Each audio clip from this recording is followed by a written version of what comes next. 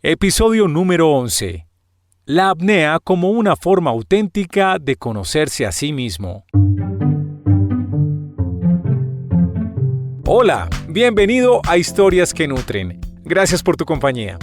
Espero que estés bien, así sea de día, de noche o de madrugada, y donde quiera que estés escuchando este podcast.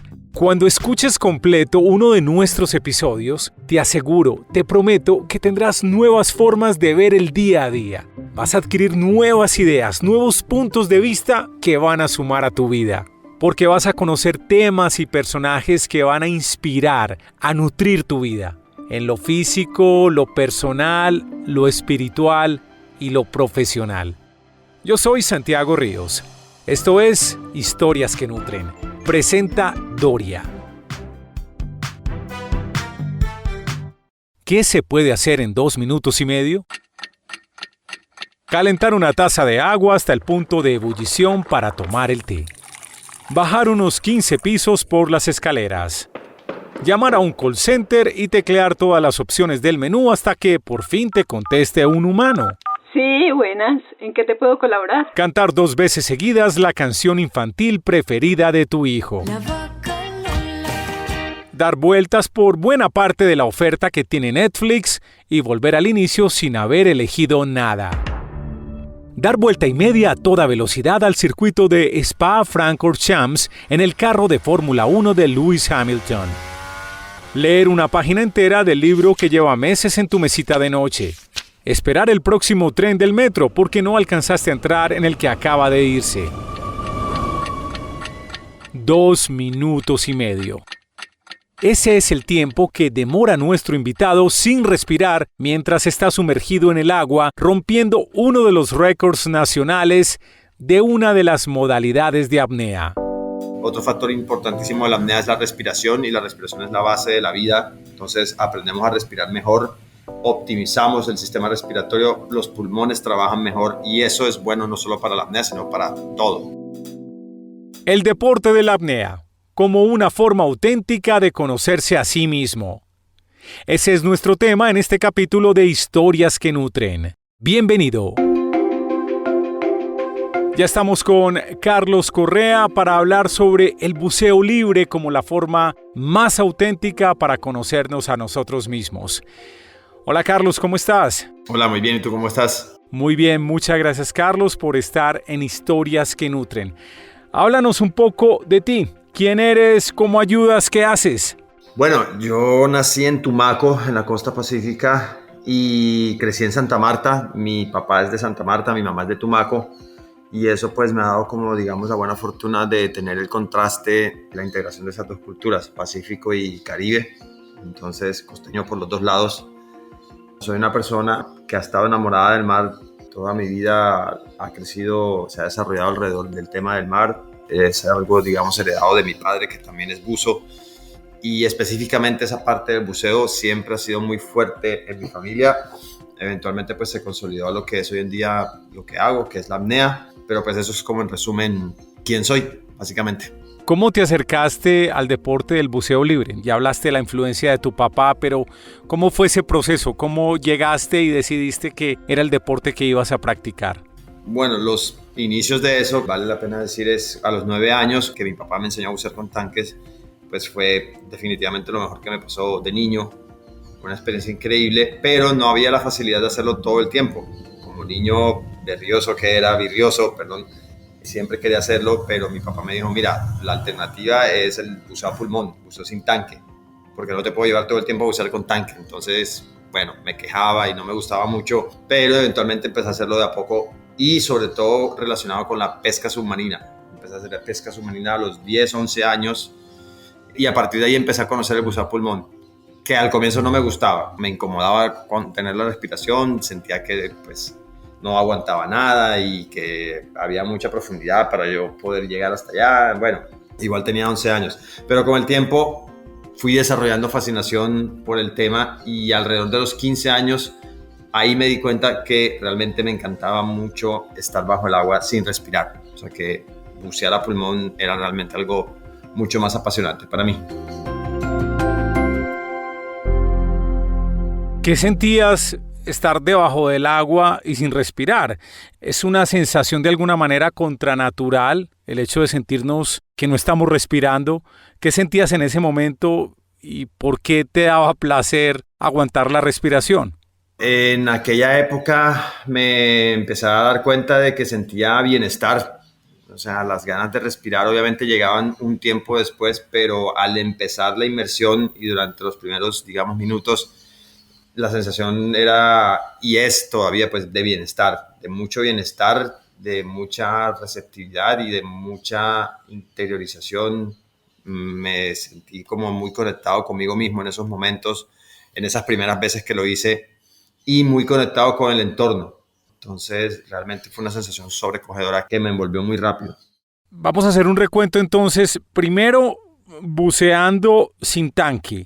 Luego, con tanque. Y luego volviste y te quitaste el tanque, ¿no? Esa cronología en tu vida, ¿cómo fue? ¿Me recuerdas, por favor, las edades, Carlos? Bueno, a los 9 años yo empecé con tanques. O sea, eso fue lo primero que yo hice en cuanto a buceo. Fue con tanques. Y luego, alrededor de los 10 años, empecé a hacer la pesca submarina y a bucear sin tanques. Y continué así, o sea, digamos que entre el tanque y el pulmón, pero a los 15 años fue donde ya realmente me enamoré de la apnea y pues empecé como a indagar más sobre el tema. Y más adelante, teniendo 20, 21 años de edad, estaba haciendo los cursos de certificación en buceo con tanques en Scuba, pues ya como para hacerme instructor, hacerme dive master, pero realmente no continué por ese camino. Decidí no continuar más con el scuba y en ese momento pues le dije a mi padre que como carrera alternativa para la universidad quería aprender también a hacerme instructor de apnea, de buceo a pulmón. Háblanos de la apnea. ¿En qué consiste el deporte? ¿Cómo se practica? El buceo libre o buceo en apnea consiste en bucear sin respirar. Eso es como la forma más sintetizada de decirlo. Cualquier cuerpo de agua, agua dulce o salada, siendo el mar pues obviamente la más inmediata, y consiste en pruebas que pueden ser de tiempo o de distancia, horizontal o vertical, conteniendo la respiración. Entonces, la palabra apnea por sí sola significa no respirar. Lo que hacemos entonces es bucear en estado de apnea. Y en la parte deportiva básicamente es eso. Existen diferentes modalidades con reglas específicas en las que se mide principalmente la parte de la distancia, el recorrido que se haga en sentido horizontal en piscina, por ejemplo, o en sentido vertical, que es la profundidad en el mar. ¿Y los elementos necesarios cuáles son? ¿Hay aletas, traje, gafas, careta, un tapanarices? ¿Qué se necesita para practicar el deporte de la apnea? Desde la parte recreativa y la iniciación de la apnea, lo básico es una máscara, un snorkel, un par de aletas y según la temperatura del agua, si lo amerita, yo siempre recomiendo utilizar un traje de neopreno, que es una protección no solamente de la temperatura del agua, sino también del sol. Es mejor bloqueador solar que cualquier otro que podamos usar. Entonces, esos son los elementos básicos. Bueno, también se utiliza un cinturón de lastre para ayudarnos con el neopreno. Y eso es todo. Lo bueno de la apnea es que se requieren de muy pocos elementos. Ya con el tiempo uno va adquiriendo elementos más especializados, como la pinza para la nariz, la monoaleta, bueno, ya elementos más específicos. Pero para empezar, el primer paso lo damos con esos elementos básicos: careta, aletas y snorkel.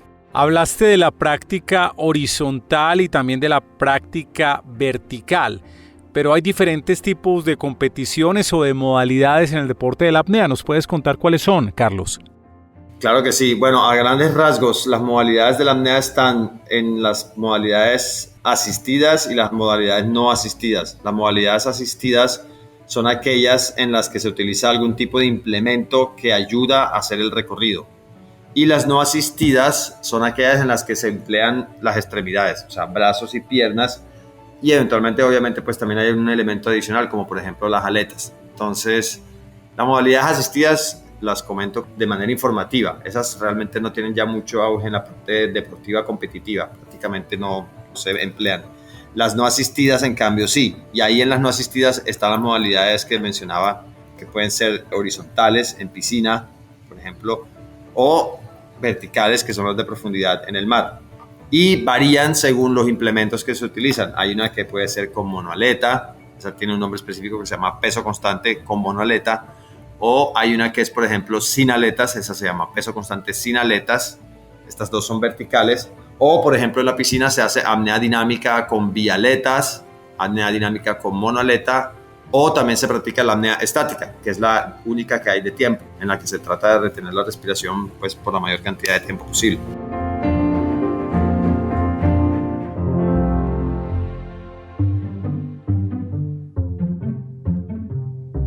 Es una pregunta obvia porque muchos sabemos de los beneficios que trae practicar cualquier deporte. Pero en el caso particular de la apnea, ¿cómo este deporte puede nutrir la vida de alguien? Esa es una pregunta que me encanta siempre responder. La apnea tiene como unos beneficios muy particulares. Primero, que es muy introspectivo, es muy de mirar hacia adentro. Entonces, está basado también en la fortaleza mental.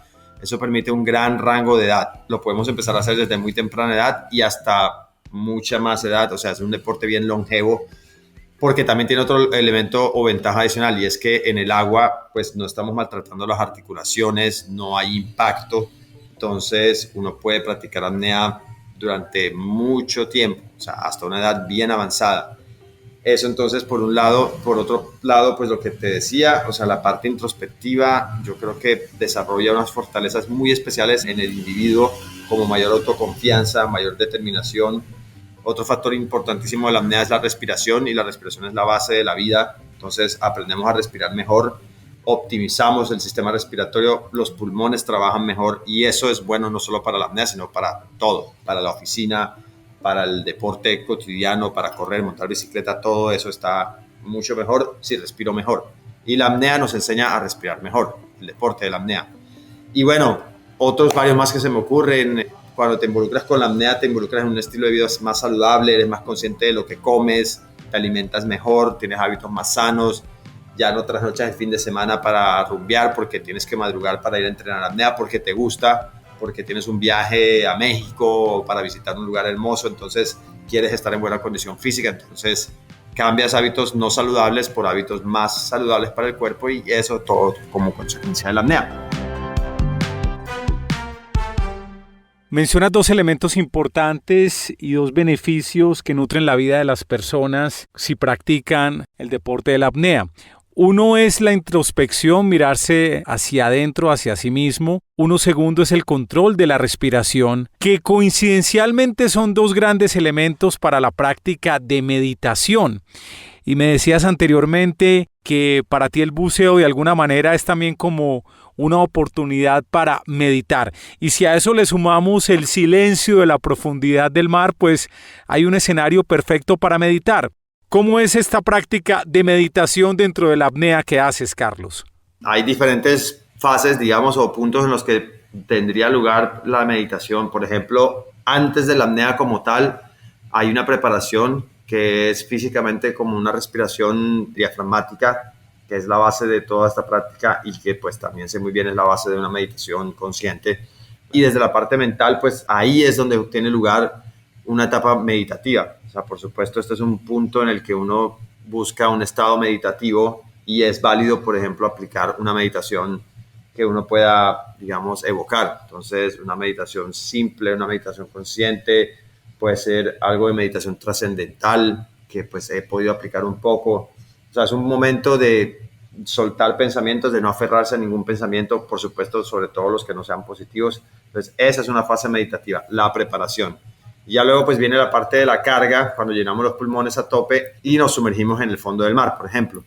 Y justo allá abajo, en el fondo del mar, bueno, está dependiendo de lo que estamos haciendo. En la parte de preparación, antes de un buceo profundo, hay unos buceos de preparación. Estos son apneas corticas, no muy largas, para empezar como a despertar el reflejo mamífero de buceo, o sea, el reflejo que nos permite hacer estas cosas. Y esas inmersiones de preparación también son muy meditativas, también son muy de cómo me siento esta mañana, cómo está mi brazo izquierdo, mi brazo derecho, mi pierna izquierda, mi pierna derecha, me duele, no me duele. Entonces, esa parte antes de la inmersión meta del día es clave. Y finalmente, cuando ya llega la inmersión como tal, ahí ya pasamos, digamos, yo diría a un estado meditativo ya en movimiento, porque estamos en movimiento, obviamente hay que desplazarse, pero lo hacemos de una forma casi como que fuese inconsciente, o sea, la forma en la que se desarrolla la técnica, los movimientos de los brazos o de las piernas, según el caso, debemos tratar de hacerlo como de una forma natural y fluida, que no sea algo así como que no, que tengo que mover la pierna así, que tengo que mover el brazo así, no lo estoy moviendo bien, entonces no, más bien tratar de que sea algo que ocurra como por total inercia. Ya eventualmente, pues después de eso sí ya uno llega a la meta y bueno, ya eso sí es otra historia.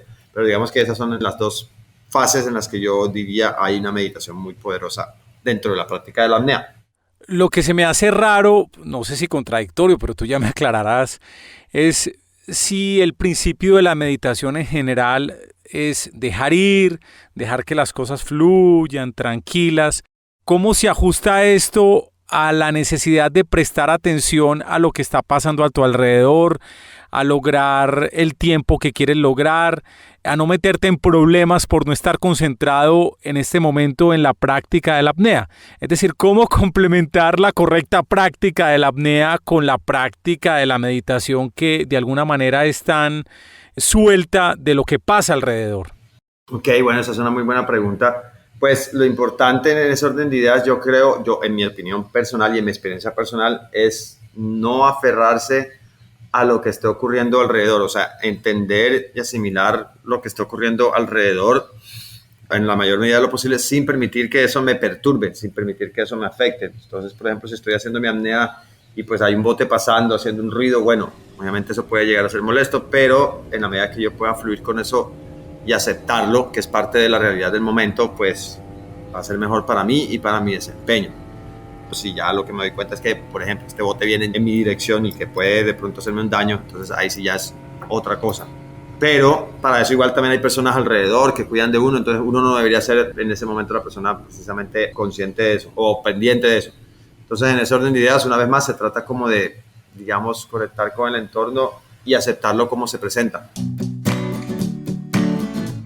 Yo creo que es interesante que nos describas cuando entras al agua, cuál es la sensación desde lo físico que pasa en tus oídos, en los pulmones, hasta lo mental. ¿Qué es lo que sientes cuando estás practicando este deporte? Bueno, como lo contaba hace un momento, es bienestar absoluto, bienestar de mi cuerpo, bienestar de mi mente, es total relajación. Obviamente llega un punto de exigencia física también, por supuesto, pero me resulta eso, o sea, yo diría que por resumirlo es bienestar, pero bienestar en su máxima expresión, bienestar de mi mente, de pensamientos positivos, de pensamientos alegres incluso, y bienestar físico, ¿no? Porque pues este deporte me permite fortalecer mi cuerpo, mantenerlo sano, mantenerme en un estado de vida saludable, me ha permitido conocer además personas maravillosas y es básicamente de lo que se trata, de bienestar.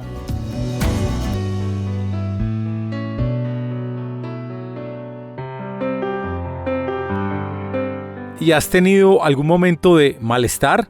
¿Algún momento difícil en el agua? Bueno, sí, en entrenamientos el riesgo primordial en la apnea es relacionado con algo que se llama hipoxia y la hipoxia viene en diferentes etapas. Entonces hay una etapa inicial de señales o síntomas, luego viene una segunda etapa que es algo que llamamos el primer evento hipóxico que se conoce como pérdida de control motor, también le llamamos jocosamente samba. El segundo evento hipóxico, que es la tercera fase de la hipoxia, que es la pérdida del conocimiento llamado también blackout, que es un desmayo temporal causado por bajos niveles de oxígeno. He tenido blackouts en entrenamientos para alguna meta específica, pero nada realmente que me haya preocupado, no he sentido temor en especial porque siempre he estado rodeado de las personas indicadas que me han cuidado. Entonces, al estar con estas personas no he sentido realmente ningún temor. O sea, en un esquema de seguridad adecuado no hay nada que temer. Entonces, realmente siempre me he sentido tranquilo. Y digamos que ya como paréntesis, una situación en la que sí me haya sentido de pronto en riesgo, eso fue como algo muy puntual por un descuido. Me golpeé la cabeza a 72 metros de profundidad. Eso fue un momento bastante intimidante. Me dio miedo porque, bueno, no lo esperaba y fue también un aprendizaje muy severo de cómo tengo que aprender a respetar lugares que no conozco, a informarme adecuadamente de las condiciones y pues fue una gran lección en ese momento.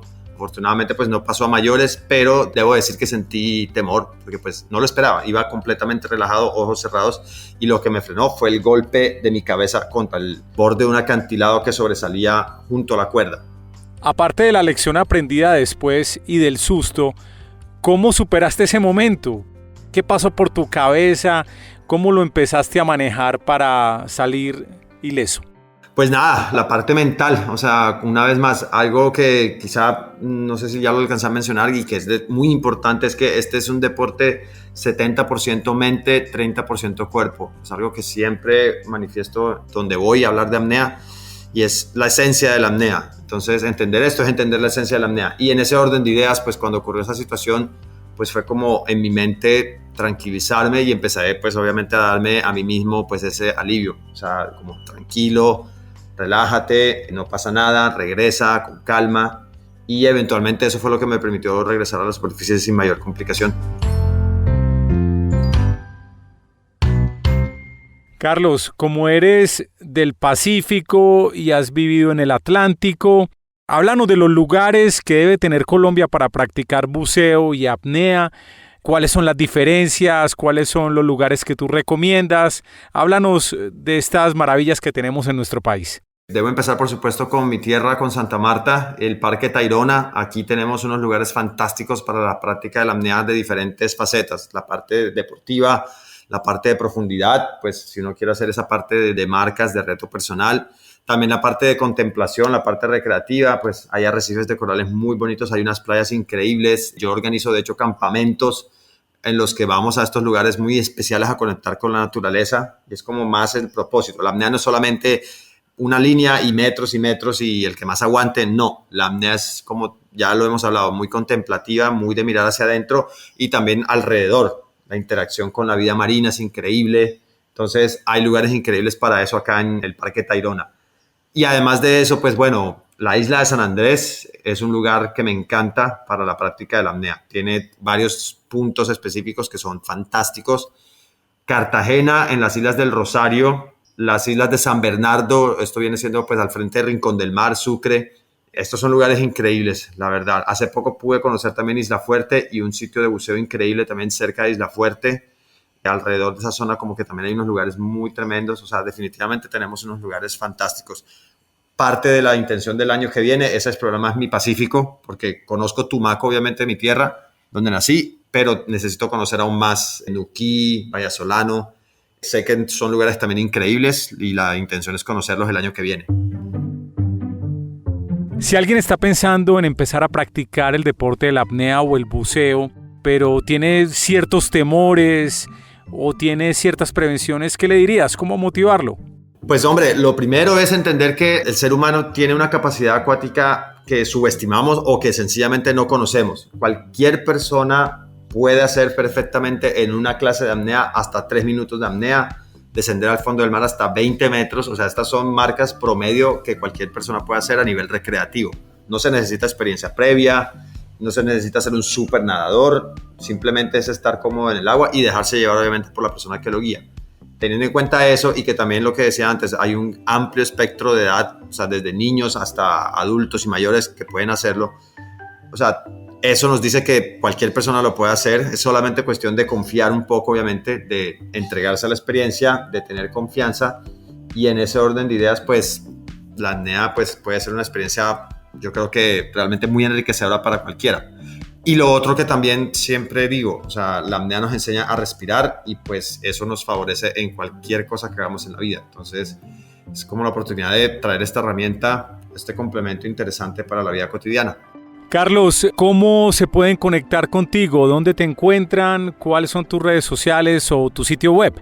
Estamos trabajando en estos momentos en el sitio web, pero me pueden encontrar en todas las redes sociales como Carlos Correa, así tal cual pues como suena. Y mi nombre de usuario es @clubdelfinus, delfinus con P de papá, H, I de iglesia, N-U-S. Club Delfinus. Ahí me pueden encontrar en Twitter, en Instagram, en Facebook, o también buscarme a través del nombre de mi club, que es Delfinus Freediving Club, que se escribe nuevamente D de dedo, E de enano, L de López, P de papá, H de helicóptero, I de iglesia, N de Núñez, U-S. Carlos, muchas gracias por acompañarnos en otra entrega de Historias que Nutren. Santiago, muchas gracias a ti por la invitación. Gracias a Carlos Correa por hablarnos sobre apnea como una forma auténtica para conocerse a sí mismo. Cuando escuches completo uno de nuestros episodios, tendrás nuevas formas de ver el día a día. Vas a adquirir nuevas ideas y perspectivas para ver el mundo, porque va a nutrir tu vida en lo físico, en lo personal, lo espiritual y lo profesional. Para que no te pierdas ningún episodio, por favor suscríbete en tu directorio de podcast preferido. En Apple, en Spotify, en Spreaker, en Deezer o en Google Podcast. También puedes ayudar a nutrir la vida de otros si compartes este podcast con tus amigos, con tus familiares, con tus compañeros de trabajo. Yo soy Santiago Ríos y los espero muy pronto en otra entrega de Historias que Nutren. Presentó Doria.